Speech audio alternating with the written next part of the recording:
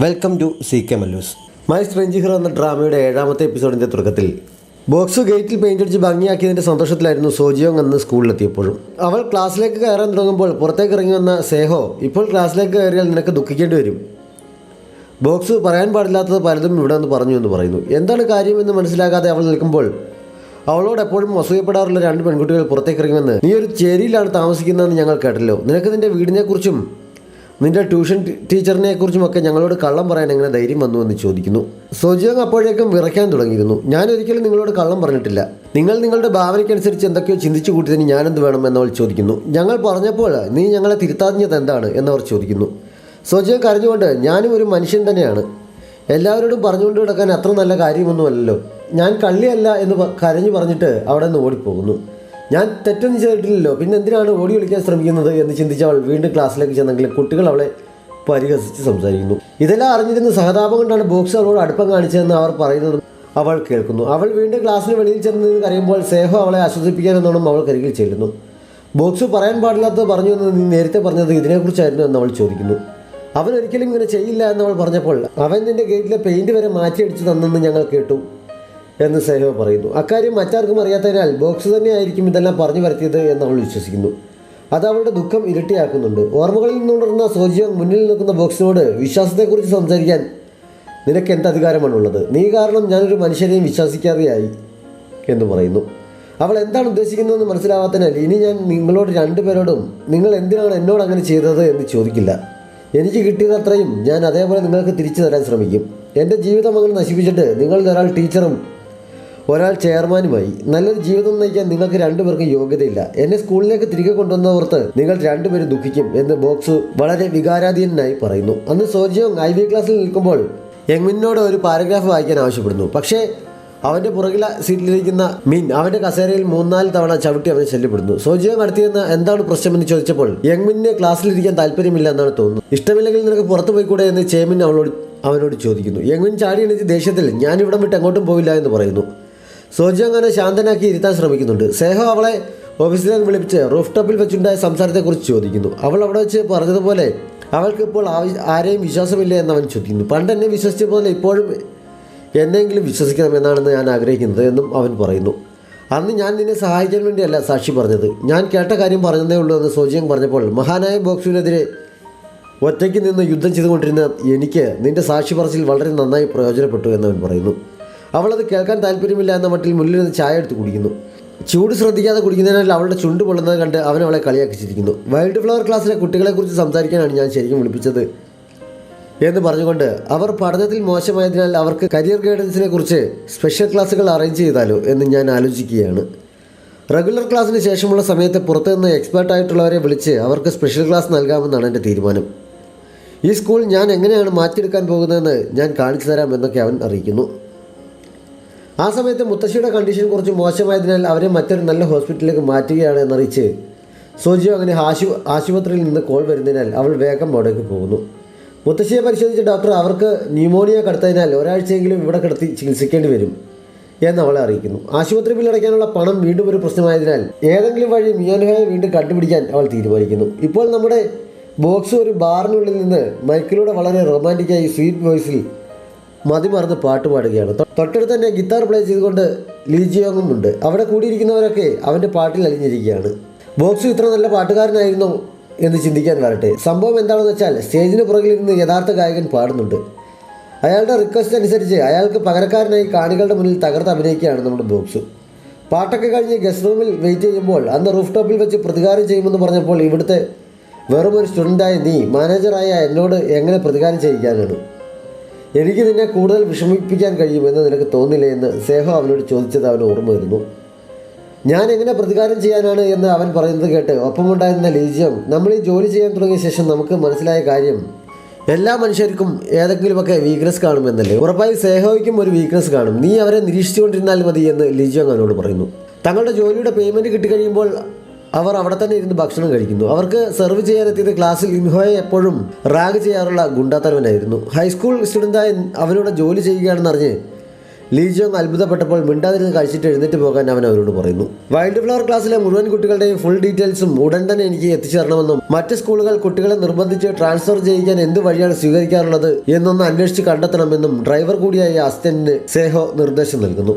അടുത്ത ദിവസം സ്കൂളിലെത്തുന്നത് മുതൽ സേഹോയുടെ വീക്ക്നെസ് കണ്ടെത്താനുള്ള ശ്രമങ്ങൾ ബോക്സു ആരംഭിക്കുന്നു. സേഹോ ഇടയ്ക്ക് ഓഫീസിൽ നിന്ന് പുറത്തുപോയ സമയത്ത് അവൻ അതിനുള്ളിൽ കയറി ഒരു പരിശോധന നടത്തിയെങ്കിലും പുറത്തെന്തോ ശബ്ദം കേട്ട് തടി തപ്പാൻ ശ്രമിക്കുന്നതിനിടയിൽ അവൻ മിസ്റ്റർ യുവിൻ്റെ മുന്നിൽ ചെന്നുവിടുന്നു.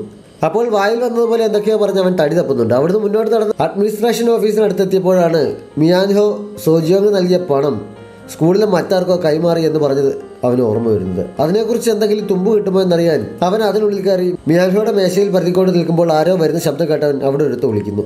സോജിയോങ് ആയിരുന്നു അവിടേക്ക് വന്നത്. ബോക്സ് വന്ന അതേ ഉദ്ദേശത്തിൽ തന്നെ എന്തെങ്കിലും ക്ലൂ കിട്ടുമോ എന്നറിയാൻ അവൾ മിയാൻഹോയുടെ മേശയിൽ തപ്പിക്കൊണ്ട് നിൽക്കുമ്പോൾ പുറത്ത് മറ്റാരുടെ ശബ്ദം കേൾക്കുന്നതിനാൽ ഒളിക്കാൻ സ്ഥലം തിരിച്ചുകൊണ്ടിരിക്കുമ്പോൾ ബോക്സ് അവളെ പിടിച്ച് തൻ്റെ അടുത്തേക്ക് ഇരുത്തി വായും പൊത്തിപ്പിടിക്കുന്നു. ആരാണതെന്നറിയാൻ അവൾ തിരിഞ്ഞു നോക്കുമ്പോൾ അവൻ അവളെ ഒന്നുകൂടി ഇറുക്കി പിടിക്കുന്നു. വേറൊരു ടീച്ചറും സാറും കൂടിയാണ് അവിടേക്ക് വന്നത്. ടീച്ചർ സാറിന് തന്നെ ഇഷ്ടമാണെന്ന് തുറന്നു പറയാത്തത് എന്താണ് എന്ന് ചോദിച്ച് നിർബന്ധിക്കുകയാണ്. ഇഷ്ടമല്ല എന്ന് സാർ പറഞ്ഞെങ്കിലും അതൊന്നും കേൾക്കാൻ പോലും ടീച്ചർ കൂട്ടാക്കുന്നില്ല. അവസാനം കുറച്ച് ദിവസം കൂടി കാത്തിരിക്കാൻ തയ്യാറാണ് എന്ന് പറഞ്ഞ് അവർ പോകുന്നു. രണ്ടുപേരും പോയി കഴിഞ്ഞപ്പോൾ സോജിയോങ്ങും ബോക്സും ചാടി എണീക്കുന്നു. സ്കൂളിൽ ഡേറ്റ് ചെയ്യുന്നതിൽ അവരെ കുറ്റപ്പെടുത്താനൊന്നും പറ്റില്ല എന്ന് ബോക്സ് പറഞ്ഞപ്പോൾ അവർ ഡേറ്റ് ചെയ്യുന്നതായാണോ നിനക്ക് തോന്നിയത്? ഒരു റിച്ച് ലേഡി പാവപ്പെട്ട ഒരാളെ പ്രേമിക്കാൻ ഫോഴ്സ് ചെയ്തതല്ലേ എന്നവൾ ചോദിക്കുന്നു. നിനക്ക് എന്ത് കണ്ടാലും പണവുമായി ബന്ധപ്പെടുത്തി മാത്രമേ പറയാൻ അറിയുള്ളൂ. അതുകൊണ്ടാണല്ലോ നിനക്കൊരു വലിയ തുക നഷ്ടമായത് എന്നവൻ പറഞ്ഞത് അവൾക്ക് വല്ലാതെ ഫീൽ ചെയ്യുന്നു. നീ പണ്ടത്തെ പോലെ തന്നെ ഇപ്പോഴും ആളുകളെ വേദനിപ്പിക്കുന്നതിൽ മാറ്റം വരുത്തിയിട്ടില്ല അല്ലേ എന്ന് ദേഷ്യത്തിൽ പറഞ്ഞവൾ അവിടെ നിന്ന് പോകുന്നു. ബോക്സുവിൻ്റെ അമ്മ ആവശ്യപ്പെട്ടതനുസരിച്ച് മിസ്റ്റർ പാർക്ക് അവർ പറഞ്ഞ സ്ഥലത്ത് അവരെ കാണാനായി എത്തുന്നു. തിരികെ സ്കൂളിൽ കാലുകുത്താനുള്ള ധൈര്യം ഇതുവരെ കിട്ടാത്തതുകൊണ്ടാണ് ഇവിടേക്ക് വരാൻ ആവശ്യപ്പെട്ടതെന്നും അവൻ എന്തുദ്ദേശിച്ചാണ് സ്കൂളിലേക്ക് മടങ്ങി വന്നതെന്ന് അറിയില്ലെങ്കിലും അവനെ നന്നായി ശ്രദ്ധിച്ചോളണമെന്നും അവർ മിസ്റ്റർ പാർക്കിനോട് പറയുന്നു. മറ്റുള്ളവരുടെ മുന്നിൽ കുഴപ്പമൊന്നുമില്ല എന്ന രീതിയിൽ നിൽക്കുന്നുണ്ടെങ്കിലും അന്നത്തെ സംഭവം ഉണ്ടാക്കിയ മുറിവ് അവൻ്റെ മനസ്സിൽ ഇപ്പോഴും ഉണ്ട്. അത് പരിഹരിക്കാൻ കഴിയുമെന്ന പ്രതീക്ഷയിലായിരിക്കണം അവൻ മടങ്ങി വരാൻ തയ്യാറായത് എന്നാണ് എൻ്റെ വിശ്വാസം. അന്ന് അവനെ സഹായിക്കാൻ എനിക്ക് കഴിഞ്ഞില്ല. ഇത് ബോക്സു എനിക്ക് തന്ന ഒരു സെക്കൻഡ് ചാൻസായി കണ്ട് ഞാൻ അവനെ സംരക്ഷിക്കാൻ അവസാനം വരെ ശ്രമിക്കും എന്ന് അദ്ദേഹം അവർക്ക് ഉറപ്പ് നൽകുന്നു. ബോക്സുവിൻ്റെ അമ്മ നന്ദി സൂചകമായി ഒരു കവർ എടുത്ത് മേശപ്പുറത്ത് വെച്ച് ഇതിൽ വളരെ കുറച്ചേ ഉള്ളൂ, എന്നാലും ഇത് സ്വീകരിക്കണം, എനിക്ക് ഇങ്ങനെ നന്ദി സൂചിപ്പിക്കാൻ അറിയുള്ളൂ എന്ന് പറയുന്നു. അതിൽ പണമാണെന്ന് കരുതി എനിക്കിത് സ്വീകരിക്കാൻ കഴിയില്ല, ഇത് തിരികെ എടുത്തുകൊള്ളാൻ പറഞ്ഞെങ്കിലും നിർബന്ധിച്ച് അദ്ദേഹത്തെ ഏൽപ്പിച്ച് അവിടെ നിന്ന് പോകുന്നു. ബോക്സുവിന് ഈ കോമഡി എവിടെ നിന്നാണ് കിട്ടിയതെന്ന് അദ്ദേഹം കവർ തുറന്നു നോക്കുമ്പോൾ നമുക്ക് മനസ്സിലാകും. അവരുടെ റെസ്റ്റോറൻറ്റിലെ കുറേ കൂപ്പൺ ആയിരുന്നു അത്. 50 എണ്ണം ഉണ്ടെങ്കിൽ ഒരു ഡിഷ് ഫ്രീ ആയി ലഭിക്കും. സാർ അതുകൊണ്ട് ആദ്യം അന്തം വിട്ടെങ്കിലും പിന്നീട് ചിരിക്കുന്നുണ്ട്. കുറേ ആഴ്ചകളായി IV ക്ലാസ്സിലെ എക്സാമിൽ ഏറ്റവും അവസാന സ്ഥാനത്തെത്തുന്ന യങ്മിനോട് ഗ്ലാസ് ബൂത്ത് കാലിയാക്കി IV ക്ലാസ്സിൽ നിന്ന് മാറാൻ ഒരു സാർ അറിയിക്കുന്നു. എന്നാൽ അവനോട് ദേഷ്യത്തിൽ പുറത്തിറങ്ങി ഞാൻ മാറാൻ തയ്യാറില്ല, ഞാൻ IV ക്ലാസ്സിലാണ് ഇരിക്കേണ്ടത് എന്ന് സ്വയം പറഞ്ഞ് അവൻ ക്ലാസ്സിലേക്ക് വന്നപ്പോൾ ചേമിൻ മറ്റു കുറച്ച് കുട്ടികൾക്കൊപ്പം വേസ്റ്റ് ബിൻ യങ്മിനെ ഏൽപ്പിച്ചിട്ട് നീ ഇപ്പോൾ ഇതുപോലെയാണ്, അതുകൊണ്ട് നീ തന്നെ ഇത് കൊണ്ട് കളഞ്ഞിട്ട് വരാൻ പറയുന്നു. യങ്മിൻ അത് താഴേക്കെടുത്തെറിഞ്ഞിട്ട് ഞാൻ എങ്ങനെയാണ് വേസ്റ്റ് ആകുന്നത് എന്ന് ദേഷ്യത്തിൽ ചോദിക്കുന്നു. ചേമിൻ അവനെ ആക്രമിക്കുന്നു. വീണ്ടും അടിക്കാൻ തുടങ്ങി അവൻ്റെ കയ്യിൽ കയറി പിടിച്ചുകൊണ്ട് ബോക്സു അവനോട് മതിയാക്ക്, അവൻ്റെ മൂക്കിൽ നിന്ന് ബ്ലഡ് വരുന്നത് നിനക്ക് കാണാൻ വയ്യെന്ന് ചോദിക്കുന്നു. എൻ്റെ കാര്യത്തിൽ ആരും ഇടപെടേണ്ട, മറ്റുള്ളവരെ പോലെ നിങ്ങളും എന്നെ ഒട്ടും കെയർ ചെയ്തിട്ടില്ല എന്ന് യങ്മിൻ ബോക്സിനോടും പറയുന്നു. കുറച്ച് പുറകിൽ നിന്ന് സോജിയോങ് ഇത് കാണുന്നു. അപ്പോഴേക്കും മറ്റൊരു സാർ അവിടെ എത്തി കുട്ടികളെ പിരിച്ചുവിടുന്നു. യങ്മിൻ മാത്രം കരഞ്ഞുകൊണ്ട് അവിടെ നിന്ന് ഓടിപ്പോയി അവൻ്റെ ഗ്ലാസ് ബൂത്തിനുള്ളിൽ കയറി ലോക്ക് ചെയ്ത് അതിനുള്ളിലിരിക്കുന്നു. സോജിയോങ് ഉൾപ്പെടെയുള്ള ടീച്ചർമാർ പുറത്തു നിന്ന് എത്ര തട്ടി വിളിച്ചിട്ടും വാതിൽ തുറക്കാൻ ആവശ്യപ്പെട്ടിട്ടും ഇതെൻ്റെ ഡെസ്ക്കാണ്, ഞാനിവിടെ നിന്ന് എങ്ങോട്ടും പോകില്ല എന്ന് പറഞ്ഞവൻ അവിടെ തന്നെ ഇരിക്കുന്നു. ഈ സമയത്താണ് സേഹോയും പ്രിൻസിപ്പാലും എല്ലാം കൂടി ചേർന്ന് IV ക്ലാസ്സിലെ പണക്കാരായ കുറേ കുട്ടികളുടെ പേരൻസിനെയും കൊണ്ട് അവിടെ വരുത്താൻ ഉദ്ദേശിക്കുന്ന പരിഷ്കാരങ്ങളെക്കുറിച്ച് ചർച്ച ചെയ്തുകൊണ്ട് അവിടേക്ക് വരുന്നത്. അവിടുത്തെ രംഗം കണ്ടപ്പോഴേ പേരൻസിന് കാര്യം മനസ്സിലാക്കുന്നതിനാൽ അവൻ്റെ അമ്മയെ വിളിച്ച് എത്രയും പെട്ടെന്ന് അവനെ കൂട്ടിക്കൊണ്ടു പോകാൻ പറയാൻ അവർ പറയുന്നു. സേഹ അങ്ങോട്ടേക്ക് വന്ന് യങ്മിനോട് പുറത്തേക്ക് വരാൻ ആവശ്യപ്പെട്ട് തുടങ്ങിയപ്പോൾ കുറച്ച് മാറി നിൽക്കുകയായിരുന്ന ബോക്സ് ഒരു കസേരയും എടുത്തുകൊണ്ട് വന്ന് സാഹസികമായ ഗ്ലാസ് ബൂത്ത് തല്ലി പൊട്ടിച്ചിട്ട് അതിനുള്ളിൽ കയറുന്നു. ഗ്ലാസ് കഷ്ണം തെറിച്ച് വീണ് അവൻ്റെ മുഖത്തൊരു ചെറിയ മുറിവും ഉണ്ടാകുന്നുണ്ട്. യങ്മിൻ്റെ അരികിൽ ഇരുന്നു കൊണ്ട് ഈ ഗ്ലാസ് മുറിക്കുള്ളിൽ നിന്നെ ബന്ധിച്ചിരിക്കുന്നത് നിൻ്റെ അമ്മയോ ഈ സ്കൂളോ ഒന്നുമല്ല, നീ തന്നെയാണ്. ഒരിക്കൽ ഇത് പൊട്ടിച്ച് പുറത്ത് വന്നു കഴിഞ്ഞാൽ ഇത് ഒന്നുമല്ലായിരുന്നു എന്ന് നിനക്ക് മനസ്സിലാകും. ഇപ്പോൾ ഞാൻ ഈ തടവറ പൊട്ടിച്ചത് നിനക്ക് വേണ്ടിയാണെങ്കിലും നിന്റെ മനസ്സിൻ്റെ തടവറ പൊട്ടിക്കേണ്ടത് നീയാണ് എന്നവൻ യങ്മിനെ ഉപദേശിക്കുന്നു. ബോക്സുവിൻ്റെ ഉപദേശം യങ്മിൻ്റെ പിരിമുറുക്കം കുറച്ചതിനാലാവണം അവൻ്റെ മുഖം കണ്ണീരിനിടയിലും ഒരു പുഞ്ചിരി വിടരുന്നുണ്ട്. അവൻ റിലാക്സായി എന്ന് മനസ്സിലായതിനാൽ ബോക്സു എഴുന്നേറ്റ് പോകുന്നു. സേഹോയും പേരൻസും എല്ലാം അവനെ തന്നെ നോക്കി നിൽക്കുകയാണ്. ബോക്സുവിനെ സ്കൂളിൽ നിന്ന് പുറത്താക്കണം, ഇങ്ങനെ തെമ്മാടിയായ ഒരുത്തൻ നമ്മുടെ മക്കൾ പഠിക്കുന്ന സ്കൂളിൽ വേണ്ട എന്നൊക്കെ പല അഭിപ്രായങ്ങളും പിന്നീട് ആ പേരൻസ് അച്ചടക്ക കമ്മിറ്റിയിൽ ആവശ്യപ്പെടുന്നു. പുതിയ മാനേജർ എന്ത് തീരുമാനമാണ് എടുക്കാൻ പോകുന്നതെന്ന് അറിഞ്ഞതിന് ശേഷം നമ്മുടെ തീരുമാനം എടുത്താൽ മതി എന്ന് ആ കമ്മിറ്റിയുടെ പ്രസിഡൻ്റായ പേരൻ്റ് പറയുന്നു. തൻ്റെ ഓഫീസിലിരുന്ന് സേഹ ഈ സമയം ബോക്സു നിനക്കുള്ള സമയം ഇതല്ല എന്ന് പറയുന്നുണ്ട്.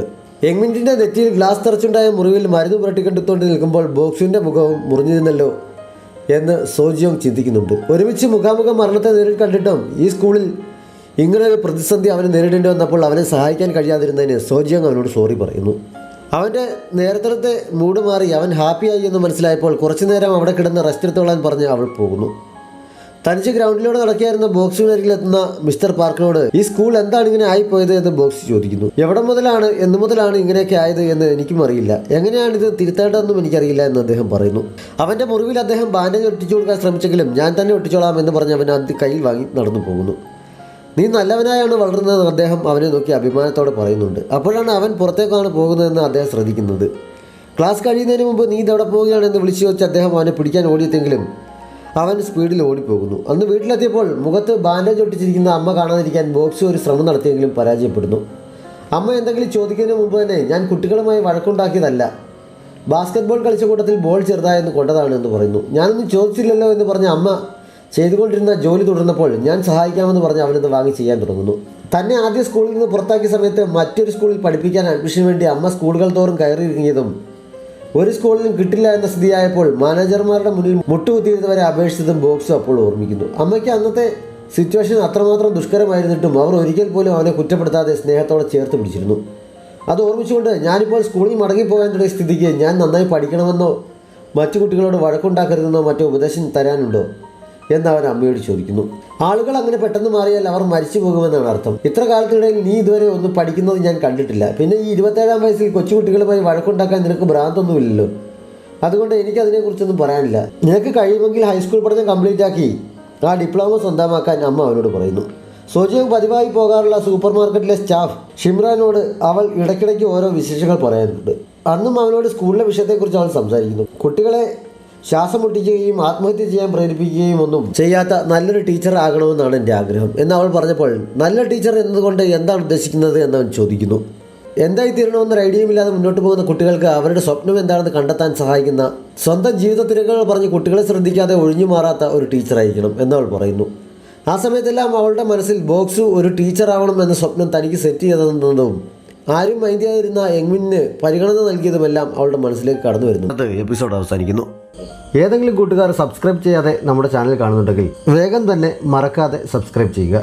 നോട്ടിഫിക്കേഷൻ ലഭിക്കുന്നതിനായി ബെല്ലൈക്കൺ കൂടി അമർത്തുക. Thanks for watching.